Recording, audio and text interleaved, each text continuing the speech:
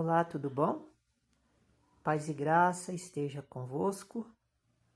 Hoje eu vou continuar falando do primeiro livro de Moisés, chamado Gênesis. Eu vou continuar falando sobre o capítulo 1 e agora eu vou falar sobre o versículo 2. E a terra era sem forma e vazia, e havia trevas sobre a face do abismo,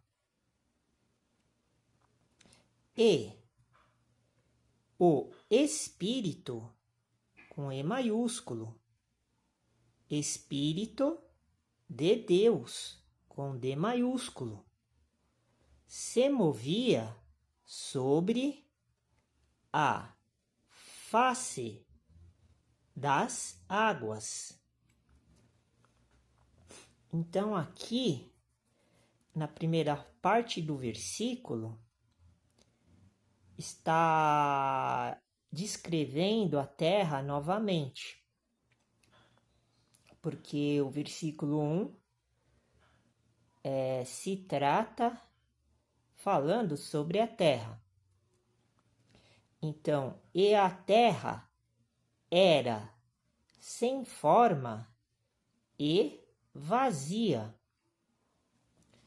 O que significa isso? Pois bem, depois da criação dos céus e da terra, a terra ela era sem forma e vazia, ou seja, não tinha nada aqui nesse mundo aqui que a gente vive, porque a palavra mundo e a palavra terra significam a mesma coisa, só que existe vários mundos, né? Que seriam vários céus. Então a palavra mundo, a palavra terra, a palavra céus, a palavra céu, tanto no singular como no plural, significa a mesma coisa, mas tem quantidades, que são espaços, né? E variedades diferentes. Então, aqui nessa primeira parte do versículo, está citando a palavra terra. Então, aqui nós estamos analisando o planeta Terra, onde a gente vive. Então, a gente também pode dizer que a Terra é a nossa casa. Então, a Terra também pode ser considerado como sendo uma casa também. Só que é uma casa provisória, como está escrito em 2 Coríntios, capítulo 5. Vamos até lá, então, para dar sequência no ensinamento da palavra de Deus. Porque a palavra de Deus, ela é multiforme. Ela tem várias formas, vários formatos. Então, a gente pode ligar qualquer assunto específico da Bíblia, da palavra de Deus, em um determinado lugar da Bíblia, pode fazer as ligações com outros lugares, outros espaços que estão escritos dentro da Bíblia. para poder dar um sentido, um direcionamento, porque a palavra de Deus, ela é espiritual, ela não é carnal. Apesar que ela está inserida dentro do aspecto carnal também. Mas, neste ponto de vista que eu estou tendo, eu posso utilizar, ou qualquer pessoa que estiver com espírito com E maiúsculo, que é esse espírito de Deus, como está escrito no livro de Gênesis, capítulo 1, versículo 2, quem tiver com esse espírito, porque o próprio corpo também pode ser caracterizado como sendo a terra, como sendo a casa, como sendo o céu, como sendo a estrutura que Deus criou, como está escrito aqui no livro de Gênesis. Então, para o Espírito de Deus com E maiúsculo e com D maiúsculo poder habitar dentro do corpo humano, é necessário que a pessoa seja consagrada em nome do Pai, do Filho e do Espírito Santo. Amém. Então, aqui no capítulo, no livro de 2 Coríntios, capítulo 5, capítulo 5,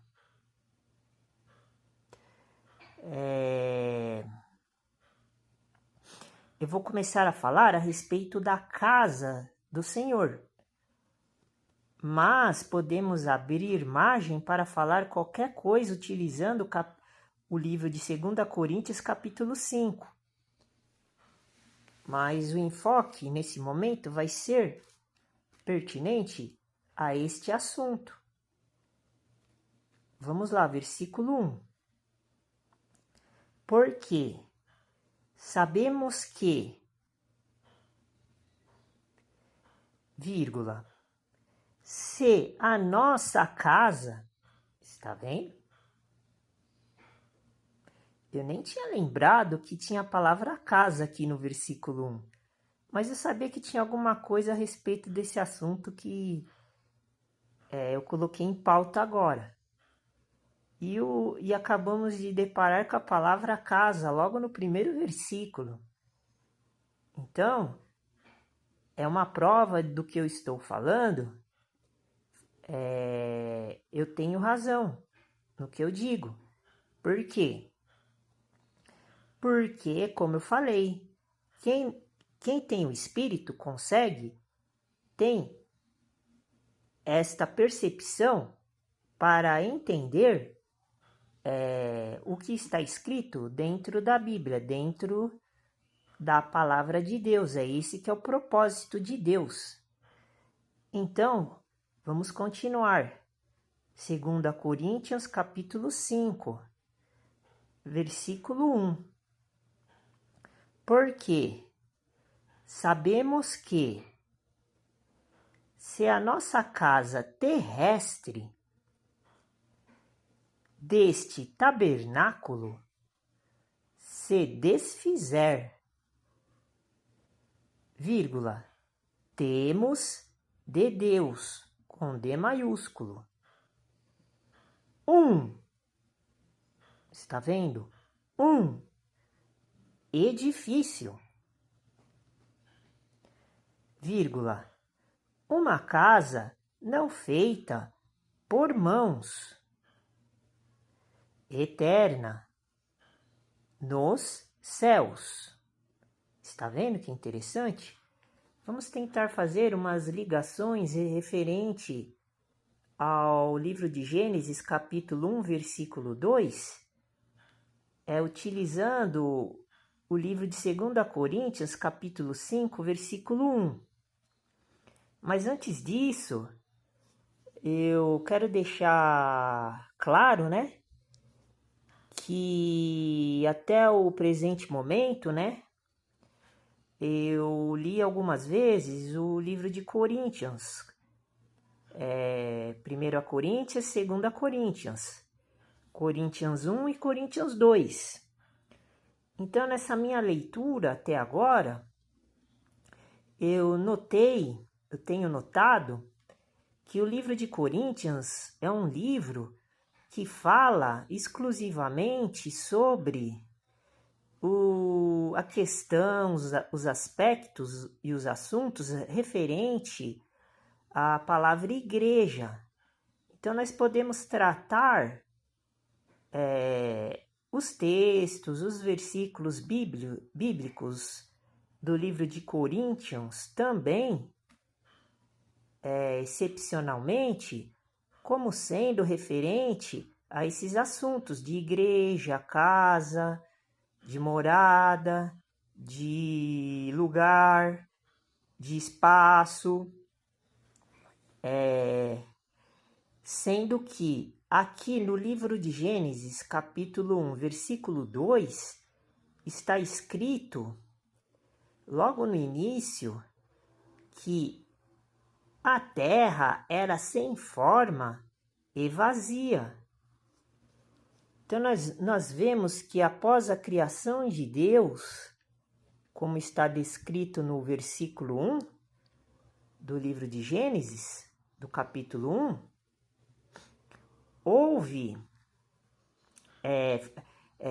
foi havendo uma construção a partir de então. E essa construção, ela pode ser denominada como sendo obras. Então, para ter assim uma relação do que eu estou falando, a respeito do assunto que eu estou falando agora, podemos ver que existe uma prova dentro da Bíblia, utilizando até esses primeiros versículos que eu estou colocando em pauta, que esta obra, ela teve início, meio e fim. Não no âmbito geral, mas neste assunto específico, que seria a construção da casa, da morada, da criação de Deus. Então, este assunto ele é específico ao que eu estou dizendo, ao que eu estou me referindo. Então, nós podemos ver aqui no livro de Gênesis que a terra é considerado como a casa dos homens, dos animais, das plantas, das criaturas. Então a terra não é só um local específico para o ser humano. Então nós temos que analisar neste sentido, porque nós podemos começar a falar também a respeito dos outros seres vivos que o Deus Pai da Bíblia criou. Porque eu estou utilizando o livro de Gênesis, capítulo 1, versículo 2. E na primeira parte do versículo está falando sobre a questão da terra assim que ela foi criada. Ela era sem forma e vazia. Daí, com o decorrer do tempo, como está escrito aqui no capítulo 1 do livro de Gênesis, foi criado todas as coisas. Por isso que o capítulo 1 de Gênesis ele é muito importante para a gente poder definir e decidir qual que é o propósito, o sentido, a verdade, o caminho, a forma como Deus criou todas as coisas. Então, aqui no versículo 2, nós podemos notar que quando Deus criou todas as coisas, ainda não existia nada. Então, a terra ela era sem forma e vazia. Então, hoje não, hoje ela é populada, Hoje ela tem vários animais, vários tipos de animais, vários tipos de plantas, vários tipos de homens, no sentido de raça, de nações, de tribos. Então é um assunto muito variado. Então a parte 2 do versículo 2 do capítulo 1 do livro de Gênesis. E havia trevas sobre a face do abismo.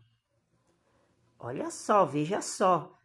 Além da terra não ter forma e ela ser vazia, porque a terra não tinha o formato que ela tem hoje. Eu acredito, por exemplo, como nós estamos utilizando a palavra terra nesse exato momento, por causa do versículo 2 que eu estou lendo aqui, eu poderia até dizer que a Terra ela era compacta, ela não era dividida como ela é dividida hoje. Hoje nós temos o continente europeu, o continente africano, o continente das Américas, o continente asiático e assim por diante. Nessa época não.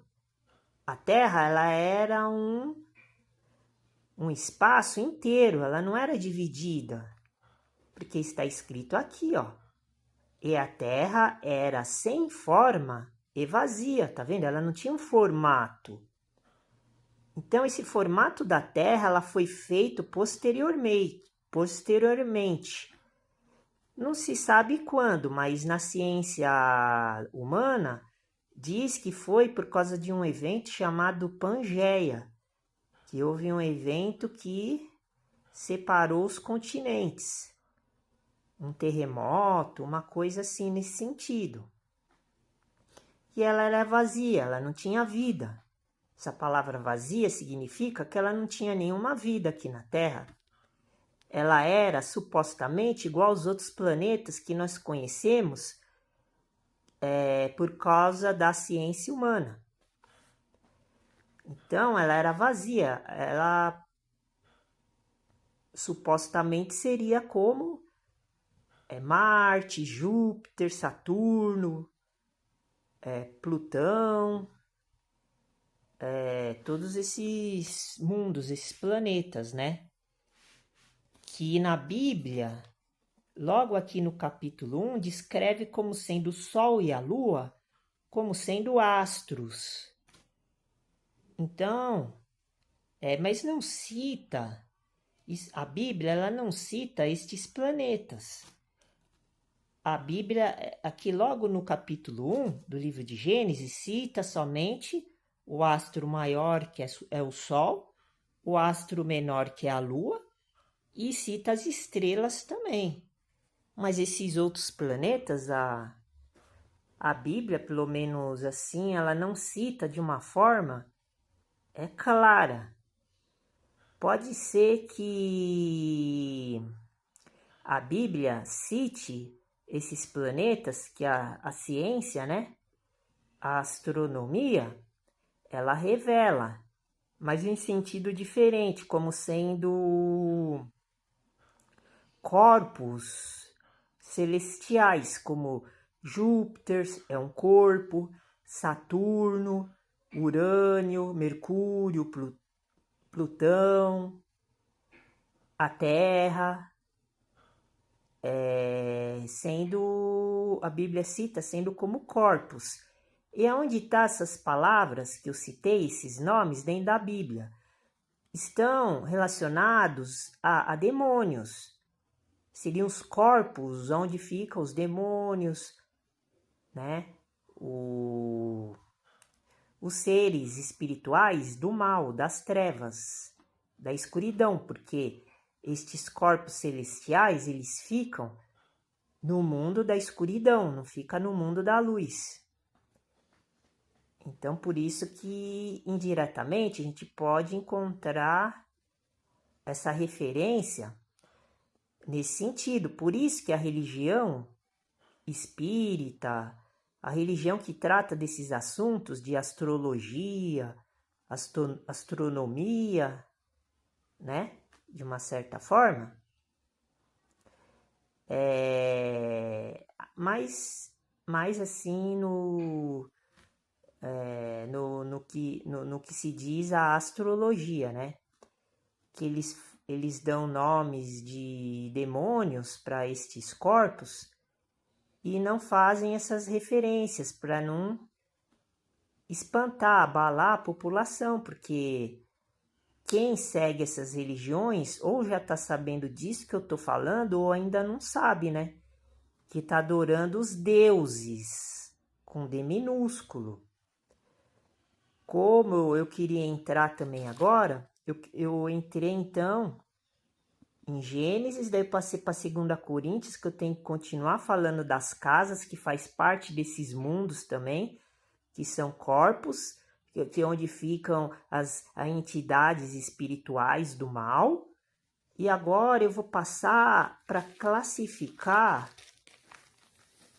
utilizando a nomenclatura da palavra Deus e Deus. Deus com D maiúsculo e Deus com D minúsculo. Então eu vou usar 1 Crônicas, capítulo 17, para começar a falar sobre capítulo 17, versículo 20. Sobre a questão de quem é Deus com D maiúsculo e quem é Deus com D minúsculo, como está escrito na Bíblia. Eu vou citar alguns versículos aqui para comprovar que tem diferença dentro da Bíblia Sagrada dos cristãos, quando aparece Deus com D maiúsculo e Deus com D minúsculo. Por quê? Porque isso é muito importante. Se a pessoa não tiver essa orientação espiritual, ela acaba entrando em conflito contra Deus, contra a palavra de Deus. Porque a pessoa ela vai ler um versículo e não vai conseguir entender por que existe Deus com D maiúsculo e Deus com D minúsculo. E tudo está relacionado a esse contexto que eu estou falando agora no vídeo.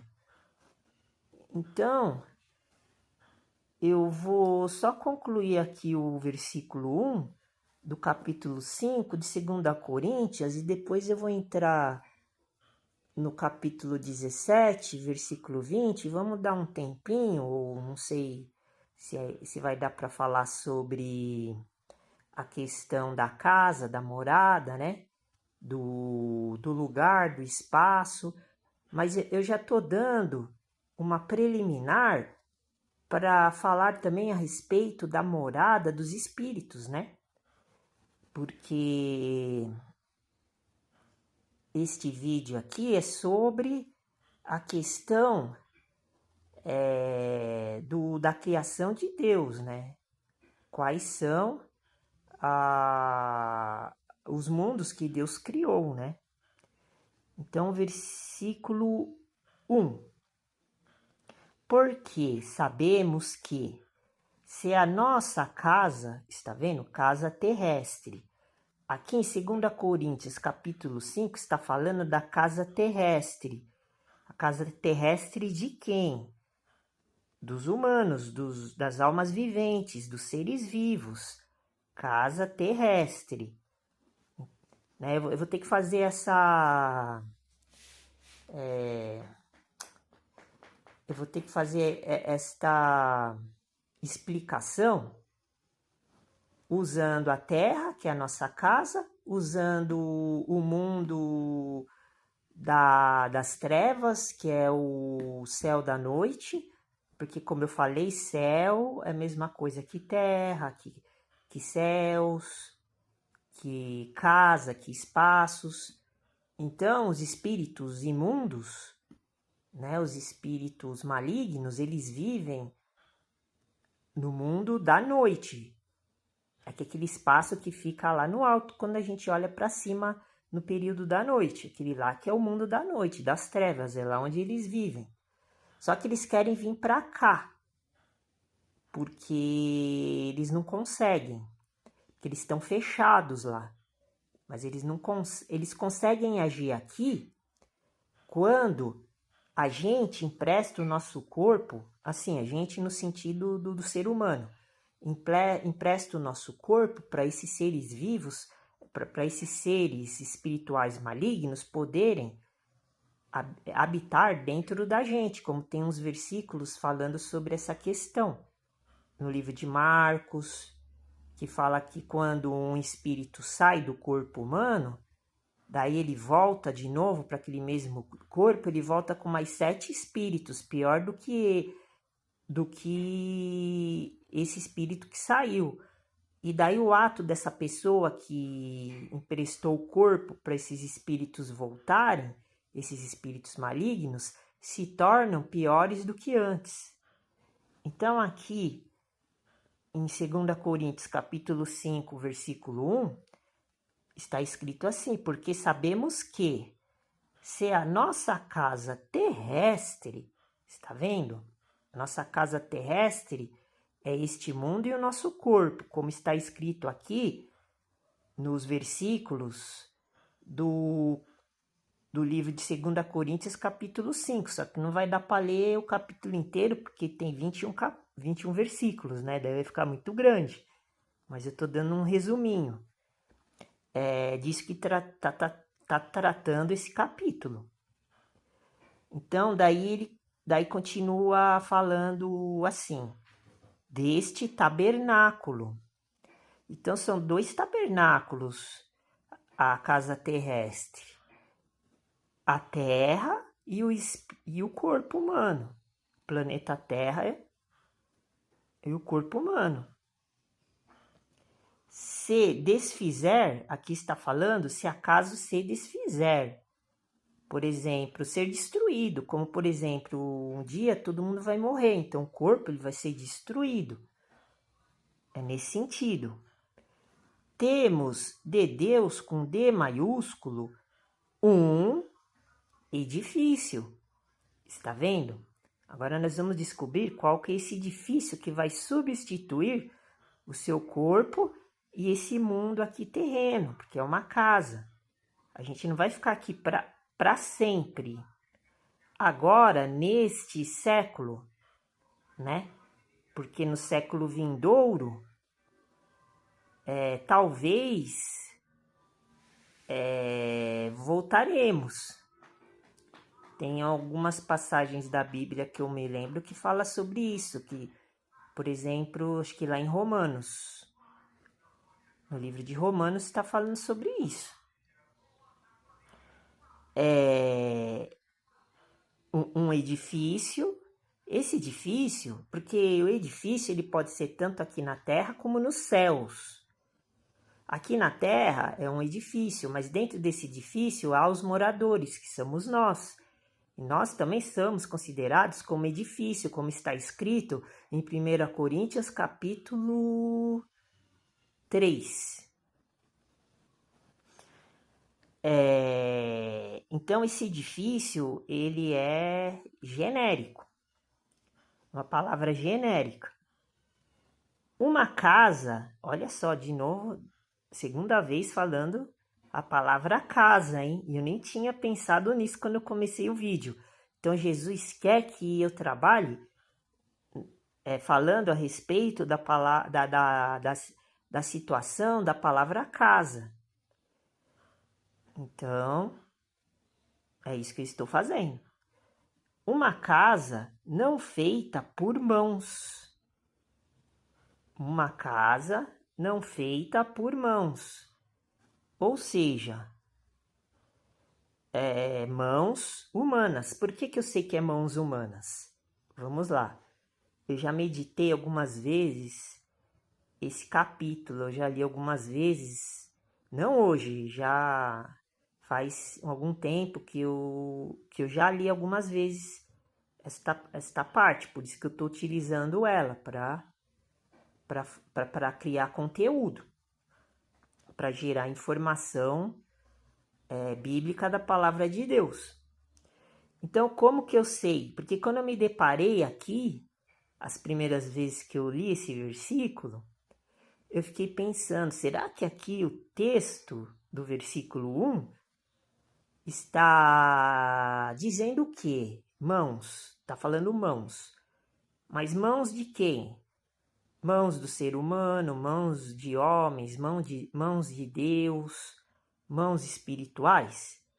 Aqui neste versículo especificamente, nesta parte do versículo está falando uma casa não feita por mãos, é mãos de homens. Por que eu sei que é mãos de homens, sendo que não está escrito aqui no versículo?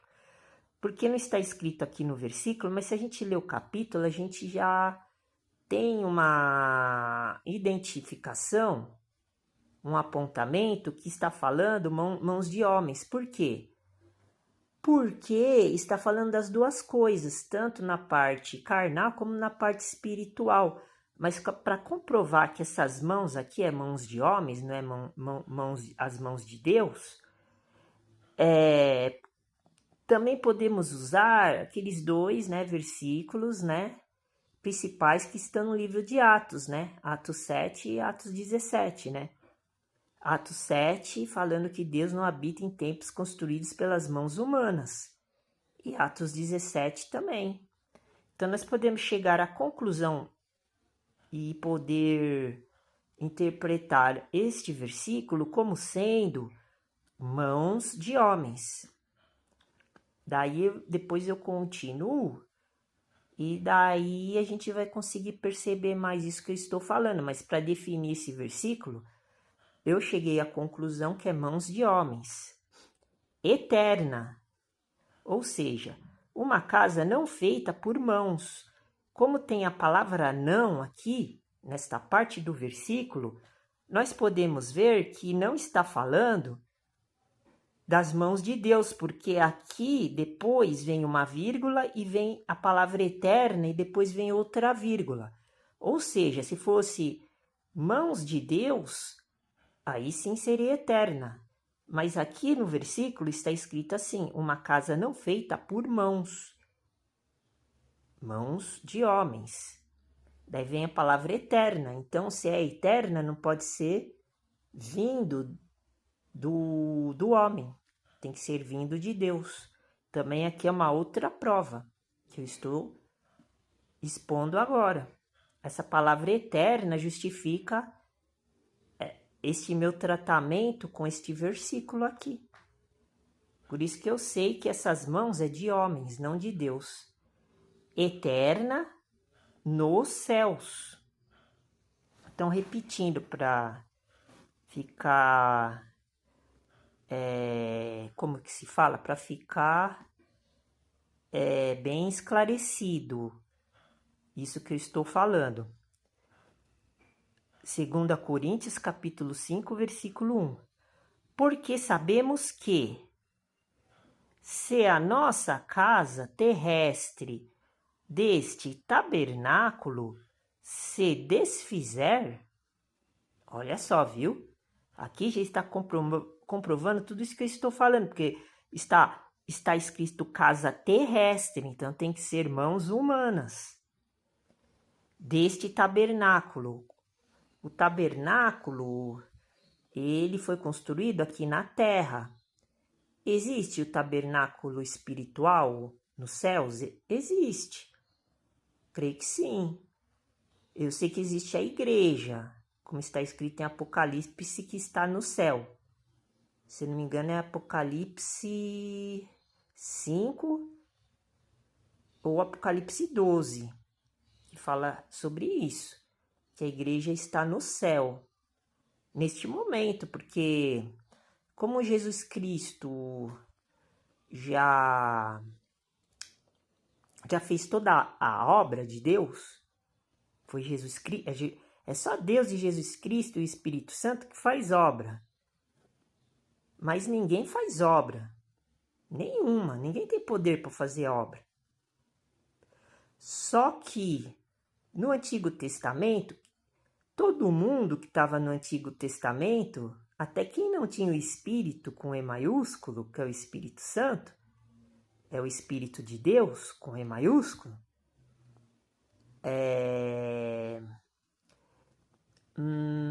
era obrigado a fazer obras. Não importa se eram obras do bem ou do mal. Era obrigado a fazer obras. Mas veja bem, esse assunto ele é muito complexo, porque como eu li assim, um pouco a Bíblia durante esses anos, eu consegui perceber isso lendo a Bíblia no geral. Eu não li tudo da Bíblia, mas o que eu li eu posso argumentar sobre isso que eu estou falando. No Antigo Testamento não precisava ter o Espírito para fazer obra, porque Nabucodonosor, eu não sei se ele tinha o Espírito de Deus, ele tinha o Espírito do diabo, porque ele era muito mau, mas Deus usou ele, porque tem versículos no Antigo Testamento que fala que Deus está falando que Nabucodonosor, o rei de Babilônia, era servo de Deus. Mas é aí que tá. Nabucodonosor estava com o espírito de Deus? Não estava, porque ele fez mal. Depois Deus teve que punir ele. E Salomão? Aí sim, Salomão é diferente, porque Salomão ele foi escolhido, né? Ele era do povo hebreu, das 12 tribos de Israel.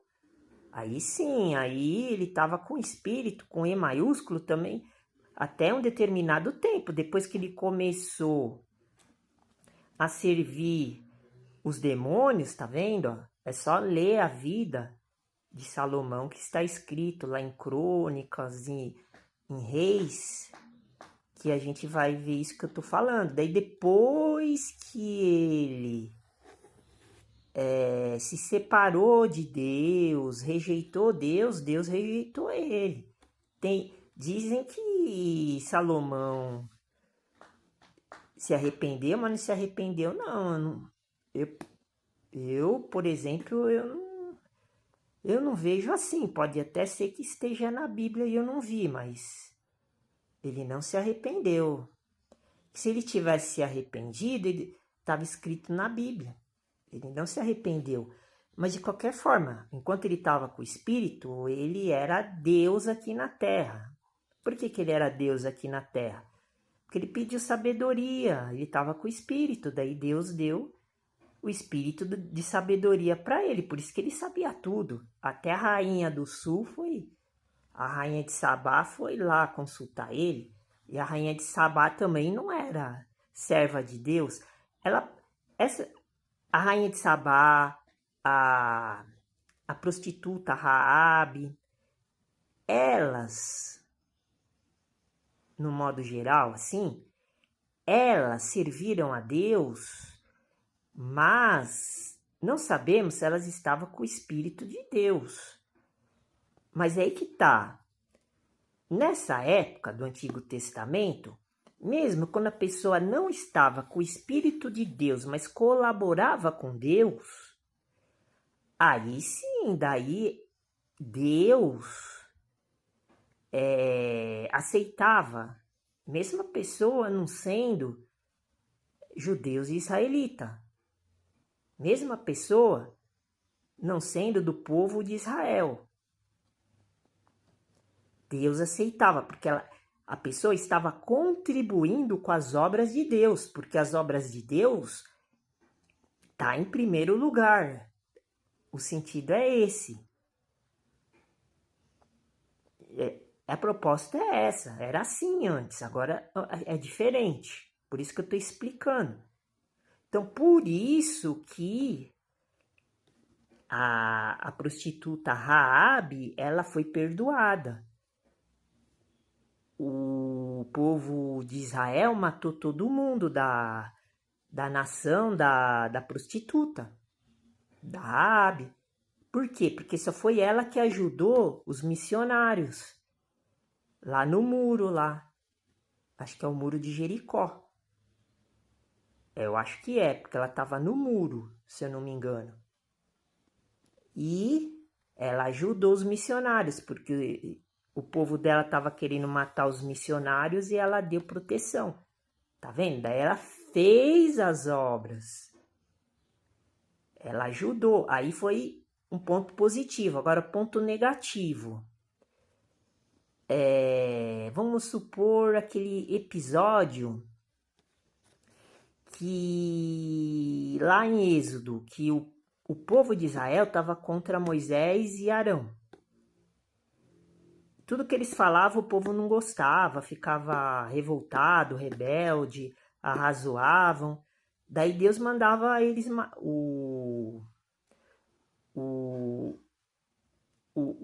mandava Moisés, o sobrinho dele, que eu sempre esqueço o nome dele,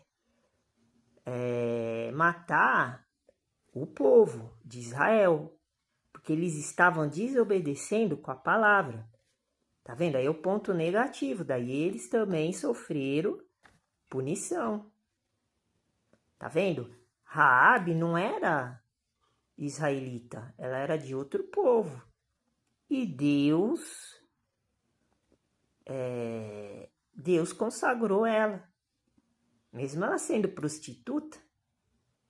Agora, esses que eram filhos de Deus, que estavam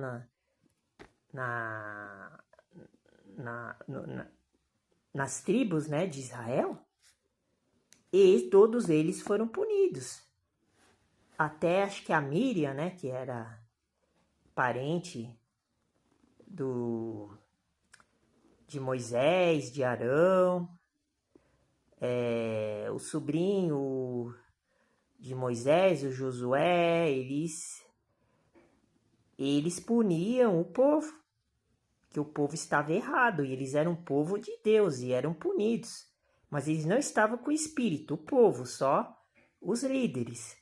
Então tem todas essas questões, por isso que é complexo o entendimento. Por isso que eu estou falando, a obra foi até a crucificação do nosso Senhor Jesus Cristo. Depois não teve mais obra. Aliás, teve, mas até fechar o selo de Apocalipse, do livro de Apocalipse. Depois que o livro de Apocalipse foi selado, depois do primeiro século, depois do ano 100, aí não precisou mais fazer obras. Entenderam? Porque o nome, para a pessoa fazer obra, tanto do bem como do mal, perante a Deus, a pessoa tem que estar o nome da pessoa escrito no livro da Bíblia. Se não tiver, daí não precisa fazer obras.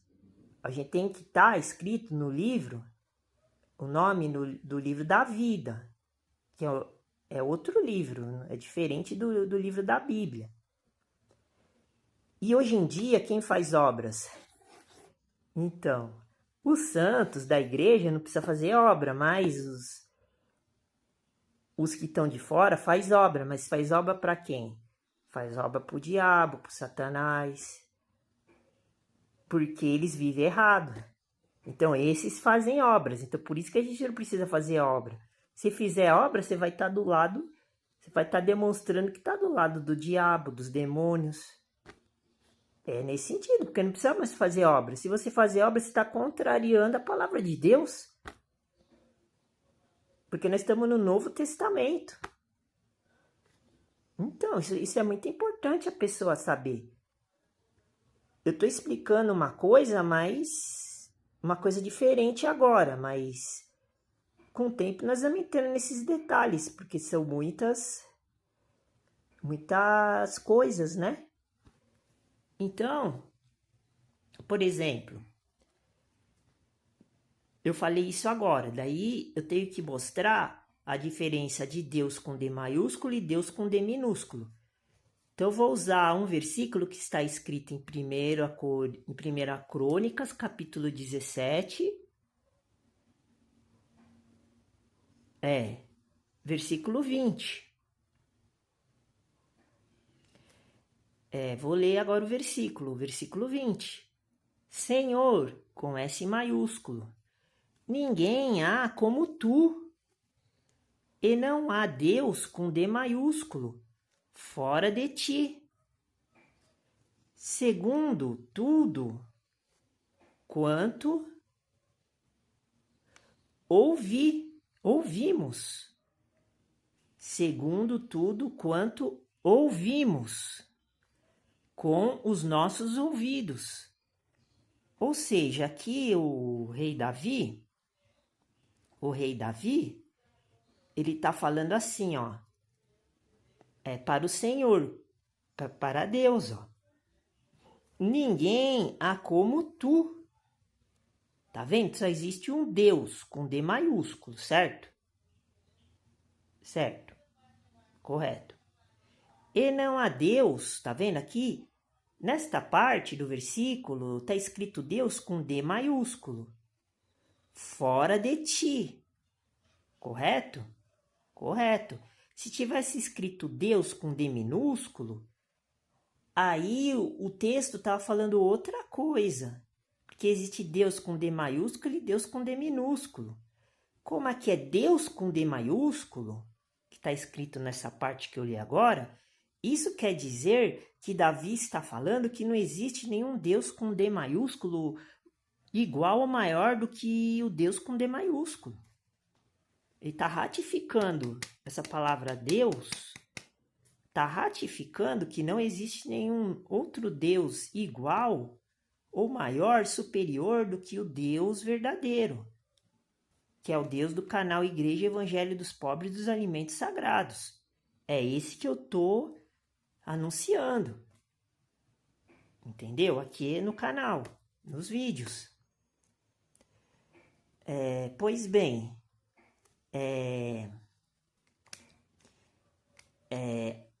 quanto à Trindade, aqui a gente pode notar que não tem nada a ver com a Trindade aqui. A Trindade é esse Deus aqui, com D maiúsculo. Só que a Trindade é assim. Jesus Cristo, ele é Deus porque Jesus Cristo é a palavra de Deus que está dentro da Bíblia. Então é uma parte de Deus. Mas aqui não está escrito, ó, que eu li aqui, ó.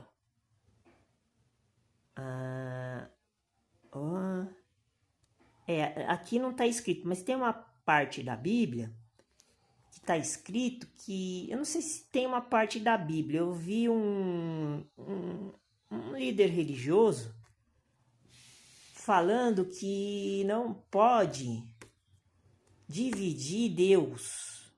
Deus não pode ser dividido em várias partes. Mas esse pensamento está equivocado.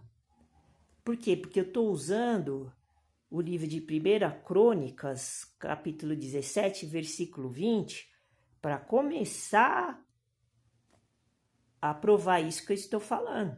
Existem outras passagens da Bíblia, mas agora eu estou usando 1 Crônicas, capítulo 17, versículo 20. Vou repetir. Senhor, ninguém há como tu. Então quer dizer que Jesus Cristo e o Espírito Santo, e o Espírito com E maiúsculo do sacerdote Melquisedeque, porque Melquisedeque ele tem divindade e a Virgem Maria ela não tem divindade. Por quê? Porque nós conseguimos ligar, ó como é difícil, Melquisedeque com o Espírito com E maiúsculo. Agora, eu pelo menos consigo, utilizando o texto da Bíblia. Eu consigo. Mas eu não consigo ligar a Virgem Maria com o Espírito com E maiúsculo, como sendo divindade. Por quê? Bom, é uma questão difícil, né? Porque lá em João, capítulo 14, acho que no versículo 17, está, ou ali próximo, 16 ou 18, versículo 16 ou 18, Jesus fala que o Espírito com E maiúsculo ia acompanhar os apóstolos e os filhos de Deus, né, que somos nós, para o resto da vida, para sempre, né? Só que ele disse acompanhar. Acompanhar é uma coisa. E fazer milagres é outra. Vamos lá, né? Vamos ver se meu pensamento tá certo, porque eu tô tendo esse pensamento agora, né? Vamos sair daqui um pouco, né? Depois a gente volta. Vamos lá, vamos ver, né? Por causa que eu tô falando a respeito do Consolador, né?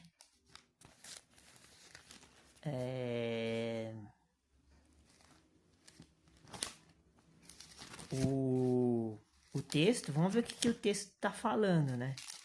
Mas se for isso que eu disse, o pensamento tá certo. Ó, vamos lá. João, capítulo 14. Vamos ver.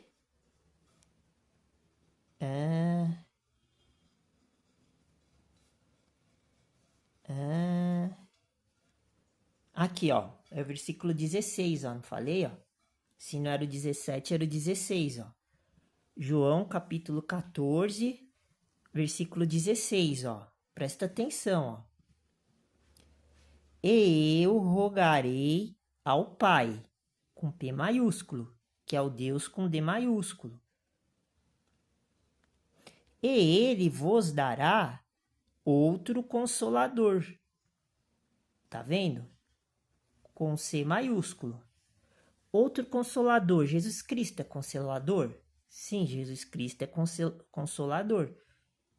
Então, se Jesus Cristo é consolador, ele fala que vai pedir para o Pai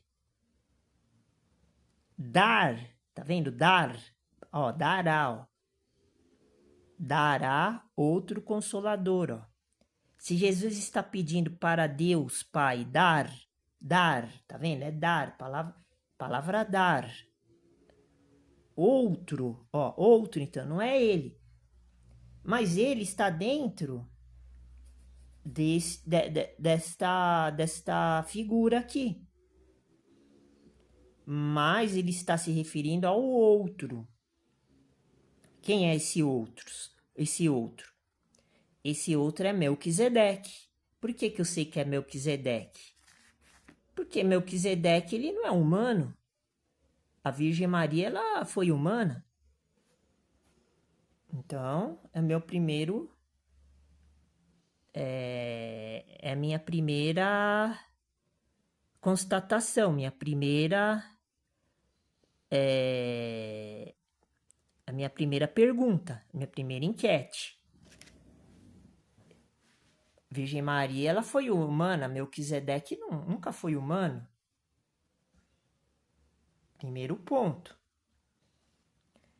Então, esse consolador é Melquisedeque, é o sacerdote Melquisedeque, para que fique convosco para sempre, ó, para sempre. Então, ou seja, esse consolador, ele tem o poder de consolar as pessoas aqui na Terra. Ou seja, eu posso fazer milagres? Eu posso. Mas desde que Deus, Jesus Cristo, permita.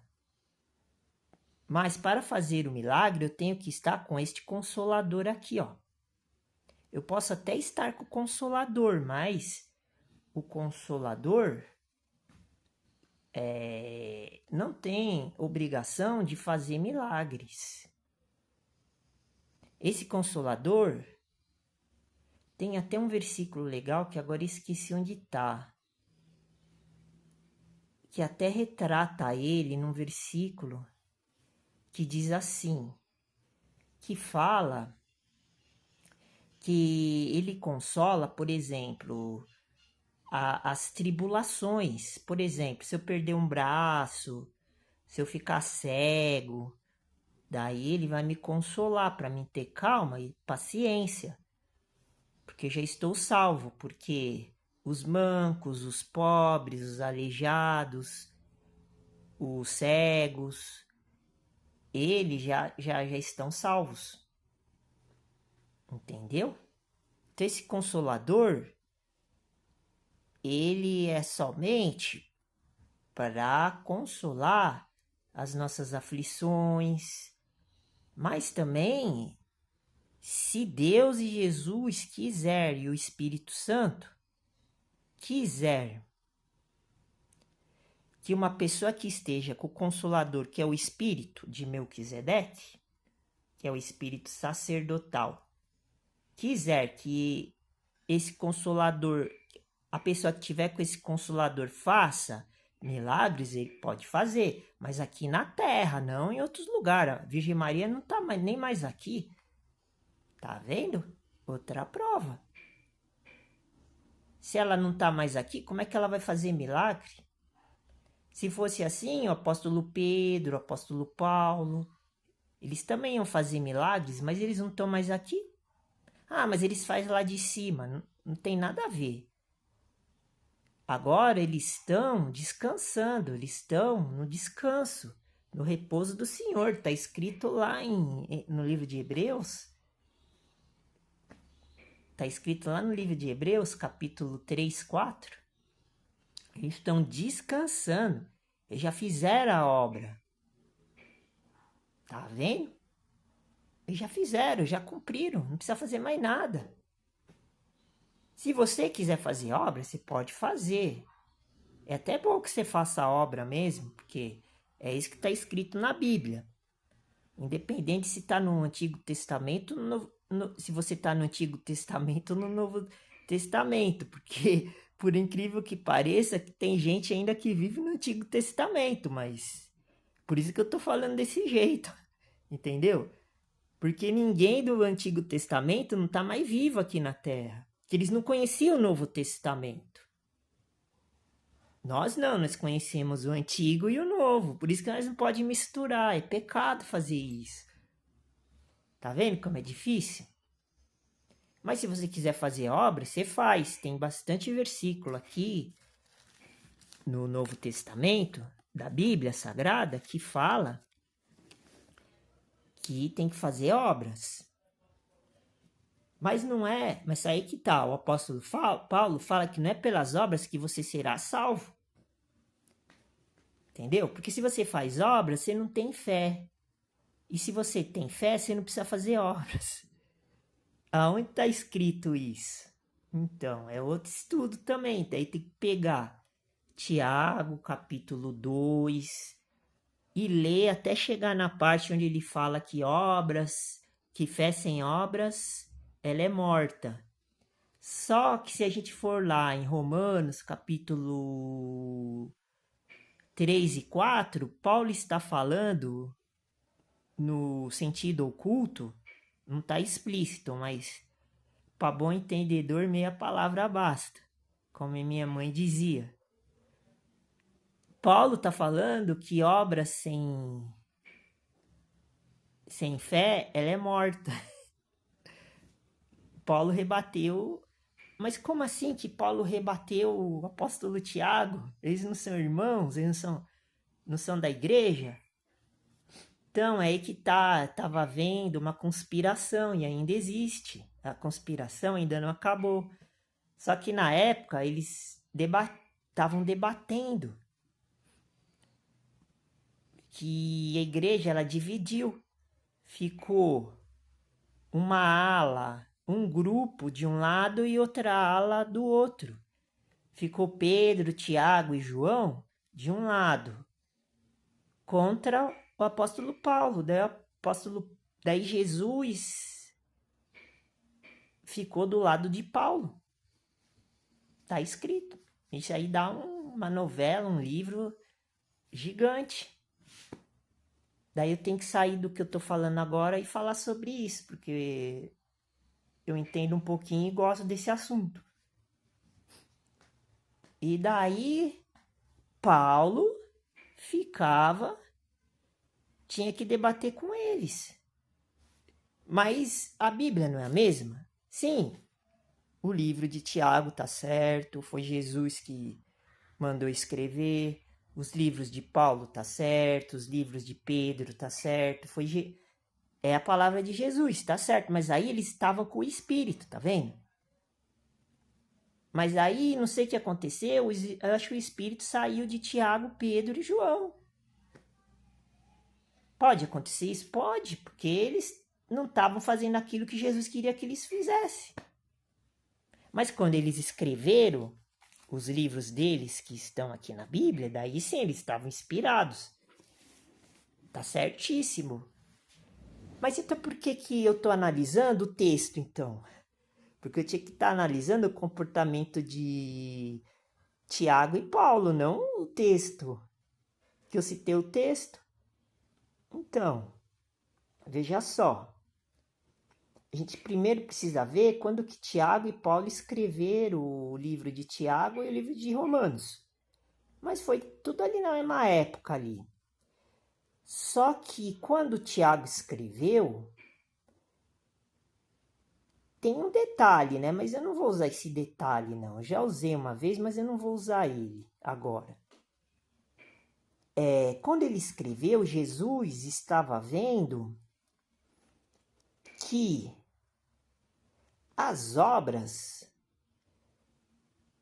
elas tinham que ser feitas. Porque, que nem eu falei, o propósito das obras foi até o livro de Apocalipse. E o livro de Tiago foi escrito antes do livro de Apocalipse, mas fica tudo ali pertinho, no século I ali. Entre os anos 40, 50, 60, 70, 80, 90. Daí entrou o segundo século, né? Seria dos 100 aos 200 anos, né? Mas aí entra como é que chama? O patriarcado depois dos apóstolos lá, o patrísticos, negócio assim, agora esqueci o nome, né? Mas aí já é um assunto mais científico lá, da teologia, do cristianismo. Isso daí nem está escrito na Bíblia, nem existe esses autores dentro da Bíblia. Depois do ano 100 não existe, acabou. Depois que selou o livro de Apocalipse, não tem mais o que ficar falando dos patrísticos, negócio assim, nem lembro mais o nome. Quem estuda isso, quem está fazendo faculdade, quem faz a academia teológica, esses caras que estudam bastante, eles falam disso. Patrística. Eles falam de patrística. Eu nem entendo disso daí. Eu só vejo eles falando só. Mas esses caras, tipo Jerônimo, eles falam um monte de nome que defendia a igreja, dos impostor que queria derrubar a igreja com doutrinas falsas. Pode até ser que tenha acontecido. Mas eu não sei se eles eram inspirados, porque não está escrito na Bíblia. Se o nome deles tivesse escrito na Bíblia, a história deles da Bíblia, daí eu concordava. Aí eu acreditaria que eles estavam inspirados, mas eles não estão. A gente tem que usar a Bíblia que a gente tem. Porque a gente não pode querer modificar a Bíblia. É isso que eles fazem depois que entrou essa patrística aí. Eles alteraram todos os pensamentos. Até o Martinho Lutero lá também, apesar que ele fez uma reforma assim que mudou, né, as estruturas do cristianismo, né? Mas também a gente não pode confiar muito, né? Por isso que eu não dou muito apoio assim, sabe? Eu prefiro estudar o que está escrito na Bíblia e tirar as coisas daqui e trazer agora para o nosso presente. Aí eu acho que é mais aceitável. Daí eu não preciso depender de conversas, de doutrinas de homens, né? Porque a pessoa está estudando lá, mas eu não estou estudando. Daí o que ele falar eu tenho que confiar.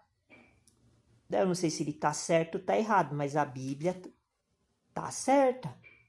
A Bíblia é verdadeira. A Bíblia ela não foi mexida.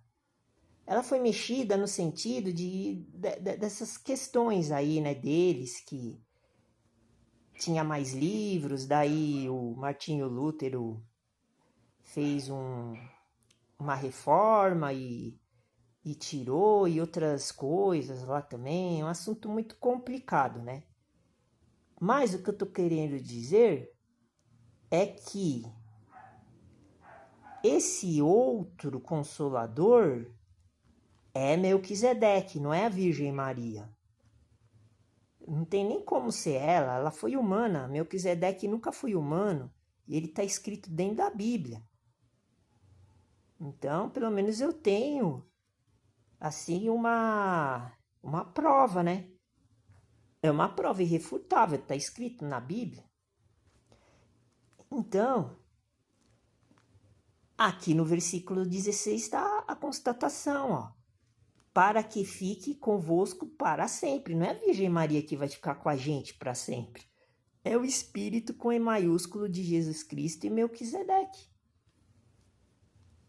Tá vendo? Mas onde que está então Jesus? Jesus está lá em cima no trono e Melquisedeque está aqui embaixo. Entendeu? É como se fossem irmãos. Um fica num lugar e outro fica no outro. Para poder deixar em ordem todas as coisas. Então é isso, eu vou terminar por aqui. E não deu para falar tudo que eu queria falar, né? Porque é muita coisa, né? Tô recheado aqui de informação, mas a gente pode fazer vídeos e vídeos e vídeos e vídeos e mais vídeos e ficar fazendo só vídeos e milhares de vídeos e daí eu vou falando. Fica com Deus, Deus abençoe e a paz do Senhor.